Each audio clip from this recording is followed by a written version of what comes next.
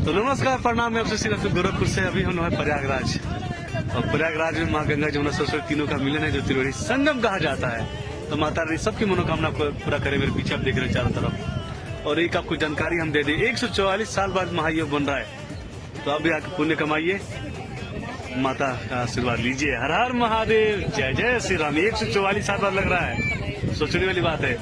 जिंदगी रहेगी नहीं रहेगी कोई गारंटी नहीं है, तो जो समय मिले उसमें पुण्य कमा लीजिए। हर हर महादेव, जय जय श्री राम, जय गंगा मैया। अभी हम हैं प्रयागराज। तो नमस्कार, प्रणाम। मैं आपसे सिर्फ गोरखपुर से अभी हम हैं प्रयागराज, और प्रयागराज में माँ गंगा जमुना सरस्वती तीनों का मिलन है, जो त्रिवेणी संगम कहा जाता है। तो माता रानी सबकी मनोकामना को पूरा करे। मेरे पीछे आप देख रहे हैं चारों तरफ। और एक आपको जानकारी हम दे दें, 144 साल बाद महायोग बन रहा है।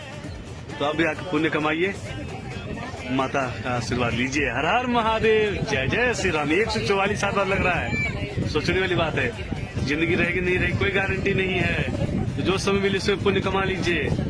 हर हर महादेव, जय जय श्री राम, जय गंगा मैया। अभी हम हैं प्रयागराज।